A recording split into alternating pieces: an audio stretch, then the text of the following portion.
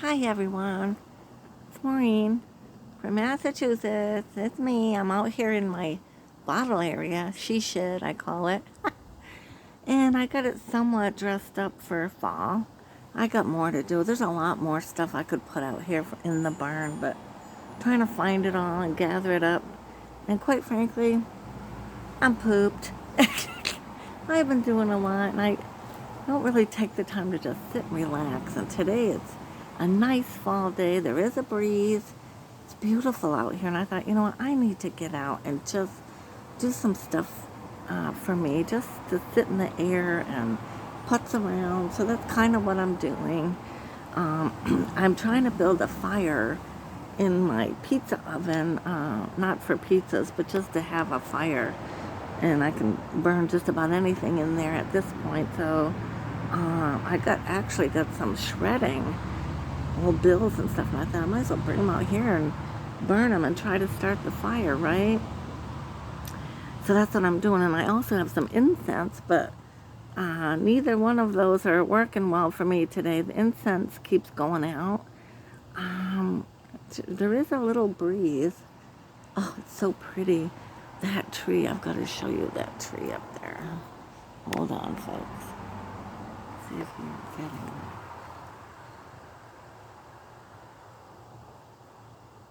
Look at the fall colors in that, right? Amidst the bottles. Is that not a pretty sight? I just love it. Yeah, it's pretty. So I just wanted to come out. I wanted to talk with you a little bit too. I ready to post a video of me working in the background on my jewelry. And last two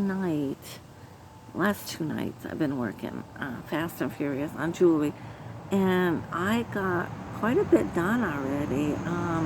Not completely finished, but done with the jewelry soldering part. Now I gotta put them together with jump rings and make the final piece, whether they're gonna be earrings or a necklace and things like that. But they came out nice, so I'm quite pleased. And I'll be probably also videotaping from the back room later tonight as well. I'll be doing more as I work on navigating through this whole making jewelry for my next vendor event on Columbus Day weekend. So, brought my little shawl from my kids. I love this thing, and I use it a lot, just in case I need it. I went thrifting just a tad bit yesterday. Not for a lot of stuff. I'm really now looking for fabric to break up for my rugs, my rag rugs. So, and I found a lot. And I couldn't leave it there for $1 a sheet and stuff like that. Good colors. I thought, you know what? I'm going to get them. So I did. I went to town. But I have enough now to keep me busy probably most of the winter. And so I've been sitting and cutting the strips and rolling them up into balls so that they're easy to grab when I'm weaving. So I've been doing that as well. So I've been busy. And like I said, I don't sit still. So I need to once in a while just sit and relax. And what better place but in my bottle area, right? So we can sit here and while I talk with you. Beautiful fall day in New England.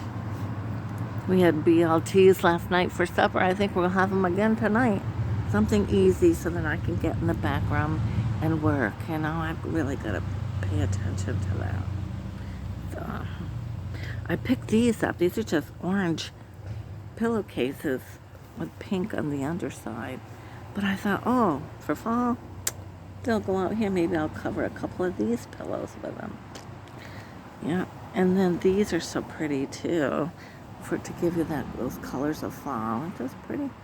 These were only 50 cents a piece. I mean, you can't go wrong. Just dress up, and that's why I really like going to the thrift store, because for 50 cents, I'm going to cover a couple of pillows, enjoy the colors of fall. Then I'm going to navigate on to Christmas and those colors, you know, the red, green, and whites, and silver and gold, and all that. So, you know, like I said, if the elements get to them, a little mold of this and that from being out here, I'm not going to worry I've lost $1, you know? Whereas buying them from the big stores, you're going to pay a lot more for. And if you're just decorating like this, you know, and that's fun. I actually look forward to looking for things like this. So that's what I do, folks. Thrifting is what I enjoy. I got to take you around here a little bit and show you some of the decorating that my little Miss Kennedy, my 9-year-old granddaughter, she's a decorator too. Oh my God. Give her a bag of fake pumpkins and fake flowers and some gourds and some Halloweeny decorations, and she just goes to town, let me tell you.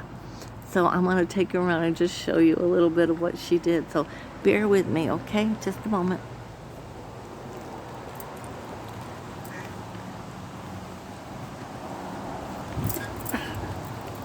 Get up and out. Getting up off that thing's a little... I got more to do here, but you can see she put the hands in there. I got to get some pumpkins out here. But, yeah. And I got more to do there, but she put the little solar light things there. I put a wreath. I've washed the curtain. That's why it's not out here. A pumpkin pillow from my thrift line last year. Like I said, I'm trying to get a fire going in that thing. This plant that Kennedy's father gave me a slip, and that's doing well out here. I'll be bringing all these plants in. Okay. Got my pumpkin cup of coffee, people. Can't forget that this time of year, right? Why not? My incense, that's not burning for me. Colors of fall. That's just me and my jacket. I gotta get more pumpkin-y things out here. That's my last of my flowers, folks. That's about it. So enjoy it, right? And she did some of this. It's just a bunch of hocus pocus. That's right. She did this. And I got my little angel. And my flower. And my angel. Colia. My angel. Beautiful, beautiful. I got a mess out there. It's brighter in here, in case you haven't noticed, because the neighbors building a building right beyond the fence there, and they asked if they could cut some of the branches from this tree down. We said, go ahead. So I'm actually kind of excited. It's a mess right now, but I'm going to clean it up next year. I've been trying to have a garden there for years, but it never got enough sun. And now I believe I will have sun, so I'm happy about that. I'm going to try some elephant ears and different things out here again. So that's my plan for that. Yeah. Take a little walk.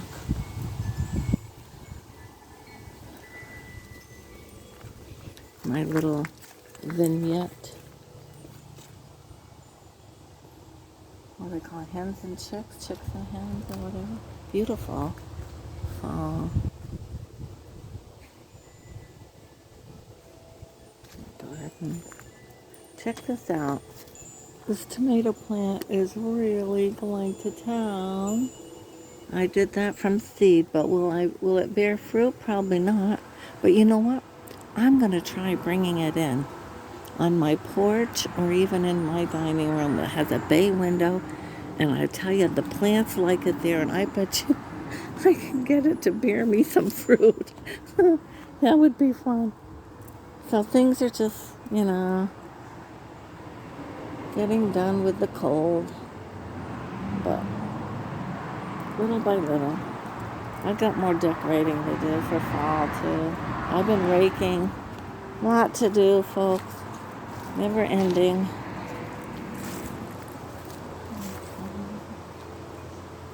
pumpkins and the little cherry tomatoes. I got a few more buds. Looks like I'm gonna have a couple more roses on there. Isn't that funny?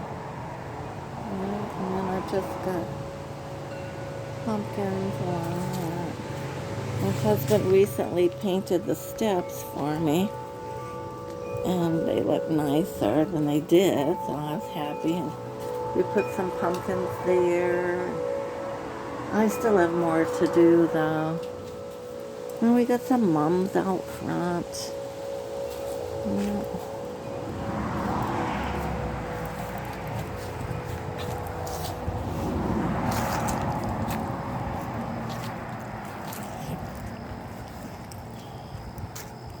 Look at this tomato plant. Oh, I'm getting buds now. Isn't that a hoot and a half?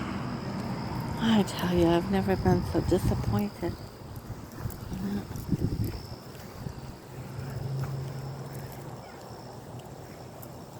Yeah, we didn't even get the tiger lilies that we normally get coming up either.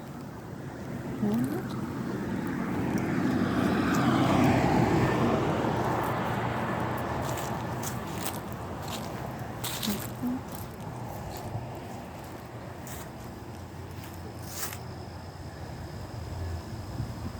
Pretty mums. That one's doing good. This one's starting to open up.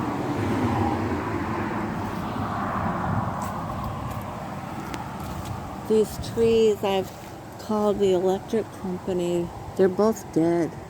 And they've got the wires, and we can't fool around with them. And I'm hoping that the state will come and work with us and get rid of them. That's my hope. Yeah. We'll see.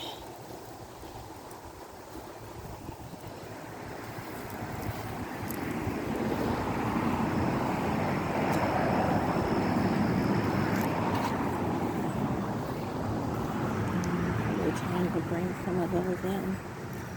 Yeah. I gotta dig up this rose bush over here. It didn't do anything. It's not dead though. It just didn't do anything here. I don't believe it likes it here. So that was new last year, and it did bear some roses the first year. So I will be digging that up and moving that. Yeah.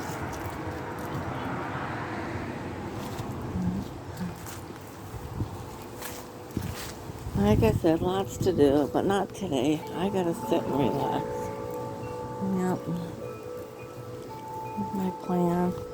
Some of my winter sewing that looks like stuff's coming up now. I don't know what I got here. I gotta check the rest of that all out. Never enough hours in the day, I guess. That's what I'm finding. Anyway.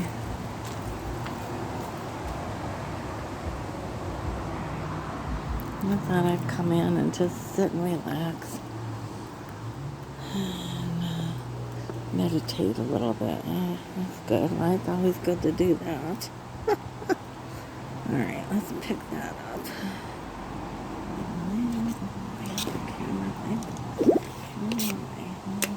Move that. And my computer. Okay. Okay, folks. That was fun. So, it's really nice to be out here, though. I am going to try to build a fire. Let's see if I can get the...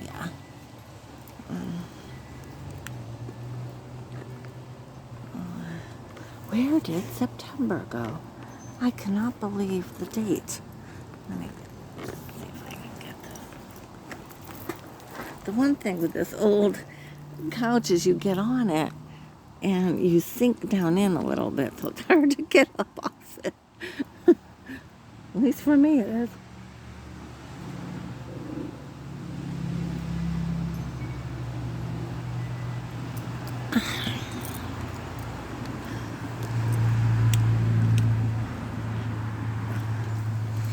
If I can put the phone down there and have you watch what I'm doing.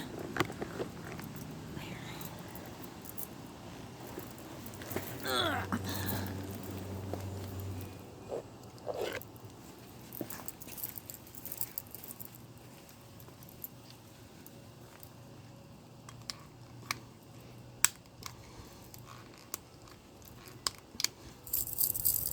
This thing's just about gone too, I think.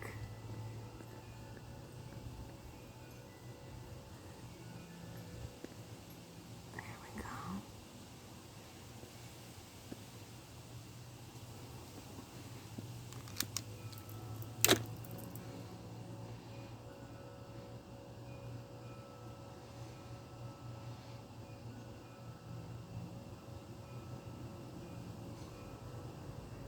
Get some good embers and then you'll be able to get it going.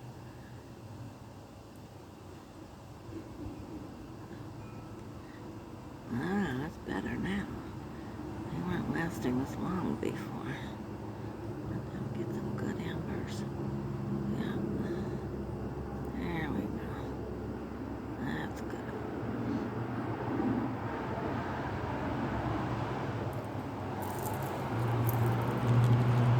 That's good. That's better. That's my incense. Okay, now let's see if I can get over here. Actually, I'm feeling the arthritis today, folks. Being out here, huh? See if I can get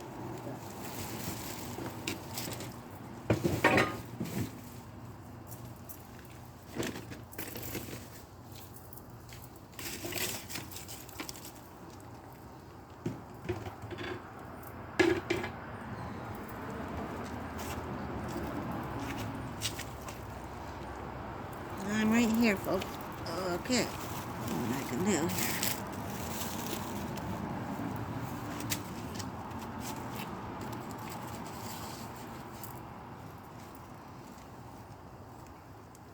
here. The type of wood that it recommends for that, to be putting food in there. Yeah. So. But also, what I wanted to say too, for me, I have arthritis in my hips, and could be the way I have it too, but it's maybe I should have it up more and a few more layers of bricks maybe, but it's a lot of bending and on my leg. It's hard on my knees and my hips the way I have it right now. I noticed that. I'd have to change that up if I was going to use it more for pizzas. Yeah. And given the size, you have to make smaller pizzas. Yeah. So, anyway. It's still smoking, but it's taking its sweet time. These are working pretty good now. At least I'm getting some nice incense. Love it. I got a little candy bar, a little snack. What do we got? Oh, 3 Musketeers.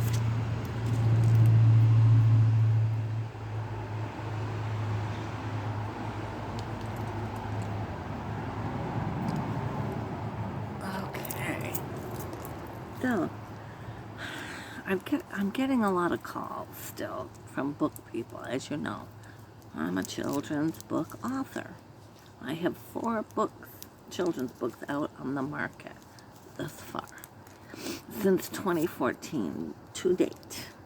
And if you've been following any of my videos right along, I talk about my books now and then. About 2/3 of the videos, I believe I have about 60 something. Oh, it's starting to smoking more, that's why. Oh, it may ignite soon, hopefully. So about 2/3 of the 60 something videos that I have put on YouTube thus far, 2/3 of that I'm talking in some part of the video about my books.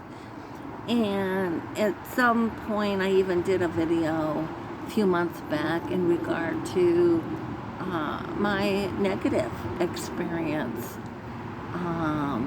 that I've endured with book marketing people and self-publishing companies and people who I found are on Victoria's list, and that's all I'm going to say with that.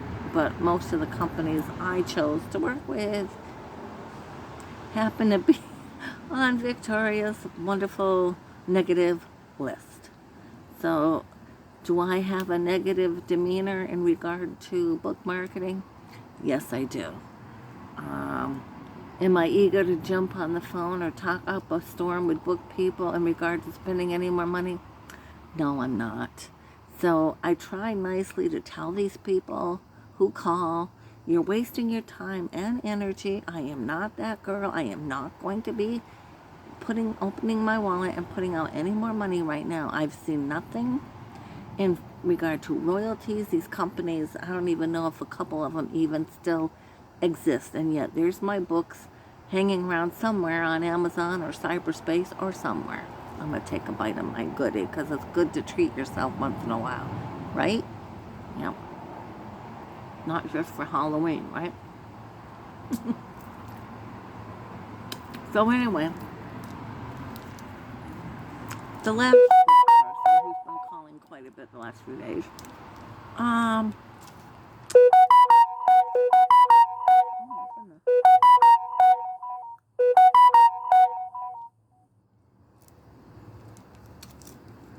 Look at my notifications. Okay, so this is just a little bite of a musketeer. Anyway, we chatted just a little bit, and I nicely told him I can't go there. He wants me to spend, supposedly this is a deal, $1,200 to monetize my YouTube channel and supposedly get the audience that I need to get going with the book marketing and start to see some royalties, which sounds enticing. I still think it's a lot of money, even though he tells me that that's a great deal that he's been hanging on to specifically for me. So anyway, okay, but I'm just not prepared to pay that. And actually, my channel is growing slightly, and I'll take that. Every little bit helps, right? So, I got thinking about that. Okay, he wants me to monetize my channel. Well, I know a little. I've learning. I know that YouTube will eventually. You can make a little money on YouTube if you get the number of subscribers that they recommend, and views and this and that, and you can even go live now, which many people are doing. Oh, that's really going to town now. And so, okay, then I'm thinking I'm gonna keep trying my darndest. I'm trying to network. I'm trying to follow as many YouTubers that interest me as I can, and I follow a lot of you people. And so I'm hoping in that maybe they'll start following me. That's my hopes. And I'm going to try to work this on my own for a while. And if I find, a year and a half from now, and I'm still with just a few subscribers and not going anywhere, maybe I'll be in a better place to think about doing that. But for right now, the book is out there. Hashtag Leaves Cordyville. I don't have them in front of me. I'll go in the house and get them if I have to. But I've got enough videos on my channel showcasing them. You can see that. Hashtag Leaves Cordyville, middle grade book. It's on Amazon under Maureen Sky author. Kennedy and Her Bank, which is a toddler preschool age book for little people to have parents and grandparents and babysitters and people read to them at bedtime. That would become their go-to book. I know it would. It's a beautiful picture book, beautifully done by my dear friend Maricela Obanda Moya, who is a beautiful artist who grew up born and raised in Costa Rica. She now lives in the States, and she recently has become a U.S. citizen. I'm proud of you, Maricela, if you're watching. So anyway, she did all the beautiful illustrations. I wrote the text, and together we came up with this beautiful book. So, there's Eddie. How's my Eddie? come sit with me? I'm doing a video. I'll show Eddie. Say hi, Eddie. Hello. Take a seat. Yeah. Yeah. Move all that. Yeah. Look at that was going. Oh, it was smoking up a storm a minute ago. And I got my incense going. Can they see you? Let's see if they can see you. There. Mm-hmm. Can you see Eddie over there, people? Can you see yourself in there? Yeah. Eddie, What? talk about your knowledge and history and your interest in bottles. Let's do that. So when did you start as a young man? What age were you when you really started going to town with a potato hook, going to dumps and different places looking for old bottles? Yeah, it was. I started looking for bottles in 1959. 1959? I met a friend down in Colchester, Connecticut, Yeah. that was interested in old bottles, and he took me in his garage. He showed me some bottles, and he had 55-gallon containers full of bottles. They were all wrapped up separately that he had been digging for the last 20 years that I didn't know about. Digging at the dump or different places in Different places, Yeah. all over. He dug up Colchester. Yeah.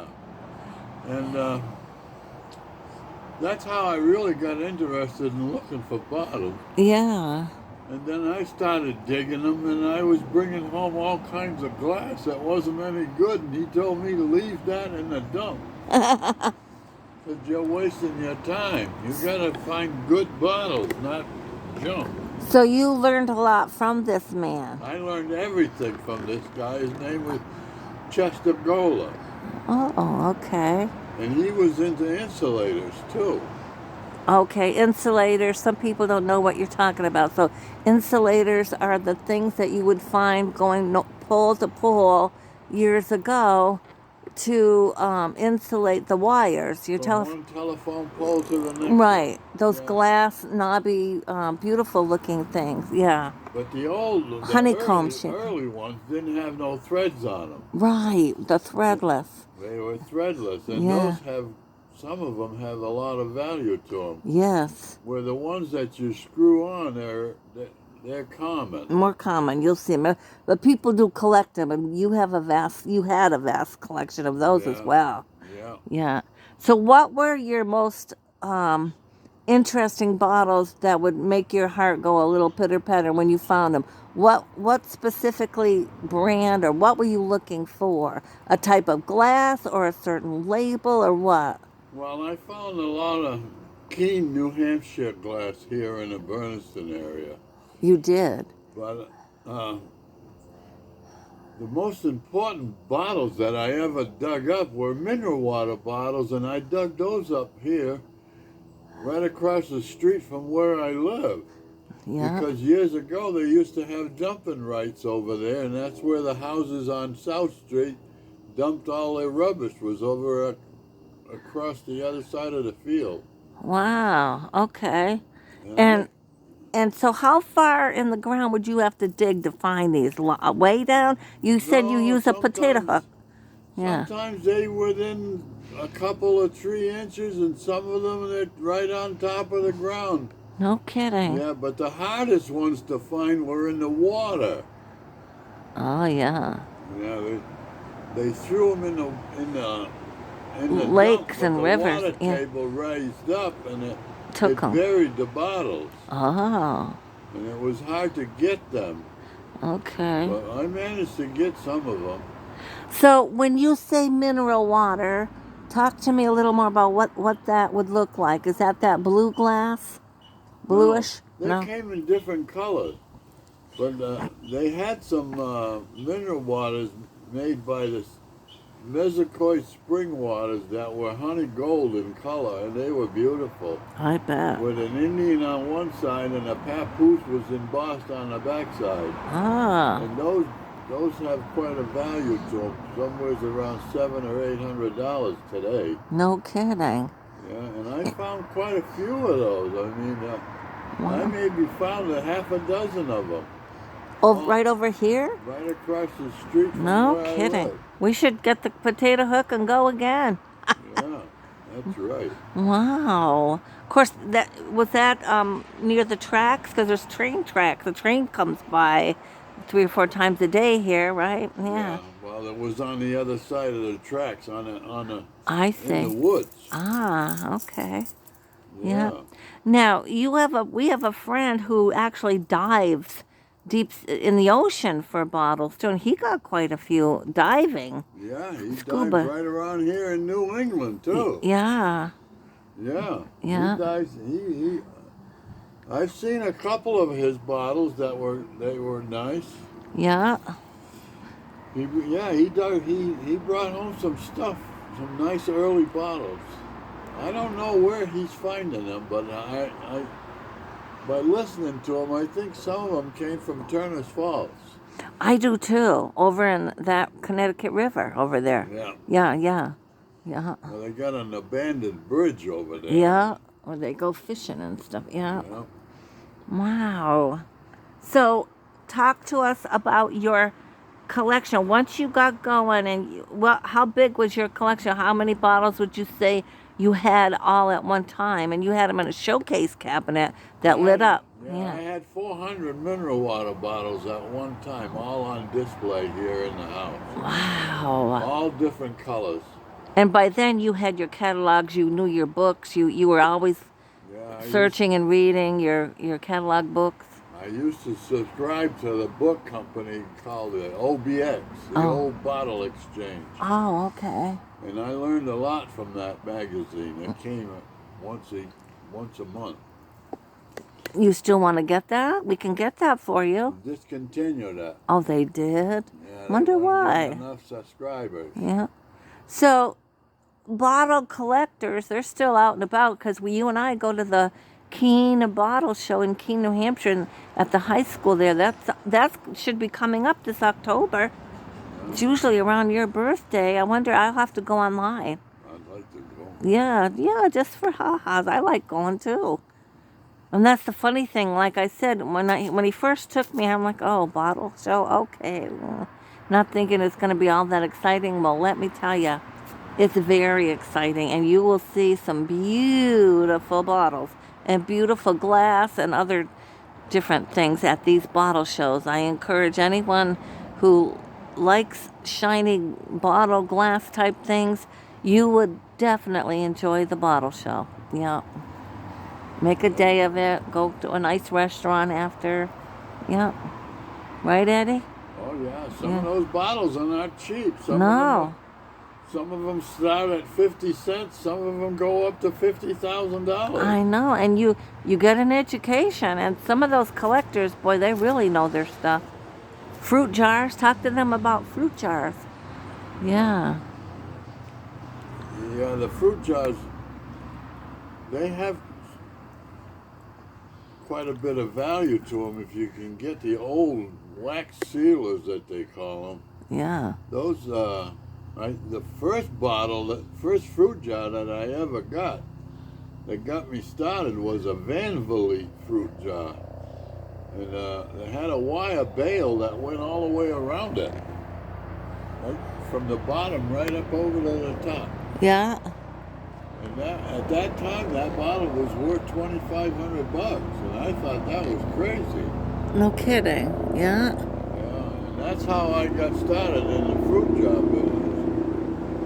And then I delivered some depression glass to a guy. Oh, wow, Eddie, the helicopter, I think. Yeah. Sorry to interrupt you. It's right above us. Wonder what they're doing. Had an accident up on the top bar. Ah. Yeah. Yeah, that's very close. Wow. Yeah, An accident where? up on the turnpike. Wow. They called in a helicopter for rescue. Yeah. Wow. So So a Van Verlee fruit jar. the Van Vliet fruit jar is what got me started. And what does that look like? What color would that be? Bluish or clear? Aqua. Aqua. Yep. Aqua, and it tapered. It was smaller on the top than it was on the bottom. It was bigger on the bottom than it was on the top. Okay. Very unique looking fruit jar for somebody to get started in collecting jars. That was crazy. Wow. Yeah. And then from then on, I collected fruit jars from all over. Yeah. But then you did sell it. You sold all to one person at one time or something? Yeah. A lot of it? Yeah. Well, back 20 years ago, a lot of people were collecting bottles. Yeah. You don't see people collecting things as much these days. The younger people seem to be more minimalist. They don't really want the stuff. Yeah. But it was a trip, and it still is. I still get interested. Yeah, in you still bottles. get a kick out of it. And lately, you like the Josh Simpson signed paperweight things and the ball globes that he does. Josh Simpson being the glass blower from Shelburne Falls. Yeah, He's famous. Yeah. Yeah, Yeah. he blows Glass blower. Yeah. paperweights that look like the earth. Yeah.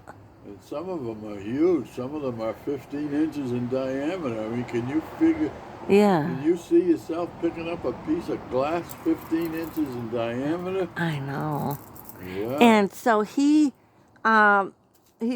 world known. He's got valuable stuff. He started out of Shelburne Falls here up off the Mohawk Trail, and glass blowing, and all his stuff is also, a lot of it, in the Salmon Falls Gallery, just across from the Bridge of Flowers in Shelburne Falls, Mass. And that's a nice place to go, people, if you're looking for a day out and about and want to see real artisan work. The Salmon Falls Gallery in Shelburne Falls, the Josh Simpson and many other artisans as well, right, Eddie? Yeah. That's an educational place to go. Yeah.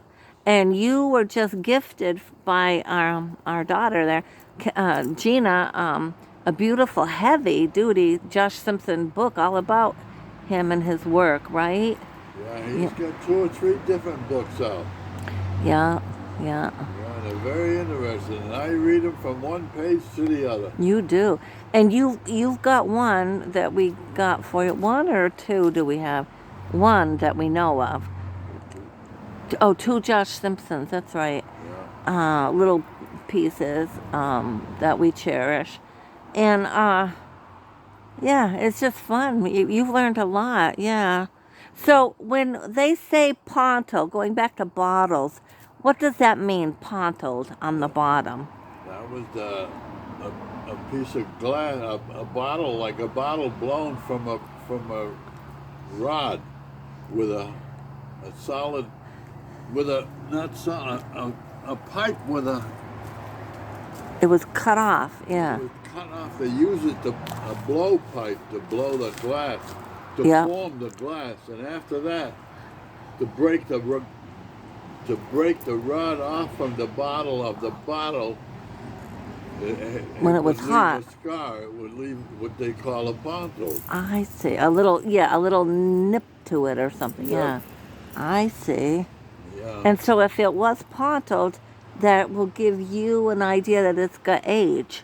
Yeah. Yeah, okay. Yeah. If it's an old piece of glass and it's pontoed, it has quite a bit of age to it. I see. Yeah. Yeah. And here we are sitting in our bottle wall area, Eddie. We can talk just a moment about this. How many bottles did we say is here? 325. 325, just general wine bottles. We love the cobalt blue we got from our neighbor friends who have a winery, because that really makes this place pop with the colors. And it does. It's just so fun and so much energy and colors. And it was a project, but you know, anybody can do this, right, Eddie? If they wanted to. Yeah. Talk about the construction just a little. We went and got, oh, I don't know, what do we got invested? Maybe close to $1,000 with the lumber. Yeah, because it's all treated lumber. Treated lumber. And what are these? 4x4? 4x4s. 4x4s. And they're 12 feet or 8 feet? And 2x4s. 10 feet. And 2x4s. And then we got a lot of metal rods. We also got some wooden dowel type rods when we ran out. And we had to get a diamond drill bit and drill each bottle individually. And you do that by, you know, putting a bucket or waste bucket full of sand or dry beans or anything that's going to house the bottle. You put it upside down where it's not going to shake around on you in the diamond drill bit, and wear gloves and eye gear, and, you know, just have somebody nearby also guiding with a little bit of water to drip onto the drill bit, because that will get hot. You want to keep it moist as it's drilling. And it took a little while to drill each bottle, and you got to be careful. Like I said, wear the gloves, because a couple of them did crack, right, Eddie? Yeah. They'll crack on Yeah. you. You got to be careful. So if the bottle looks like really thin glass, I would steer away from it. You want your average beer bottle, wine bottles, you know, like you see here. Yeah. This has been the most fun, folks. This is our third summer with it now. And we love it. Absolutely. I love it. You'll find me out here quite a bit, just enjoying nature. And look at it with the pretty colors of fall, folks. My goodness, don't get any better than that, does it? Right, Eddie? Yeah. They opened this up when they cut them limbs They off. did, and that I was talking to the people about that, how much brighter it is. I'll be able to have a better garden over here next year too. Yeah. Yeah. Yeah. That's I'm going to great. leave you. I got to go back All in the right. house. Well, thank you for your knowledge on bottles, and we'll check back with you in the next video. Maybe we'll talk about other stuff that you know, because you are quite knowledgeable. You're a wealth of knowledge when it comes to vintage items. Thank you. Thank you, Eddie. Bye-bye, hon. Wasn't that something? I didn't know we were going to do that today. We'd been talking about it, so it was a good day to do that, I think, don't you? Yeah. So anyway, folks, I'm out here. I got to pick up in a little bit. It's getting closer. I got to make him something to eat soon, and myself, and get going on working in the back room later tonight on my jewelry. That's my plan. And also cutting up strips for my rag rugs. Those two things are my focus these days. Okay? Along with trying to stay healthy and safe, right? And that's my plan for all of you. And until next time, I want to thank you. Don't forget to maybe like, hit the bell, whatever moves you. That would be great. But most importantly, you gotta subscribe. Subscribe. This is my year, folks.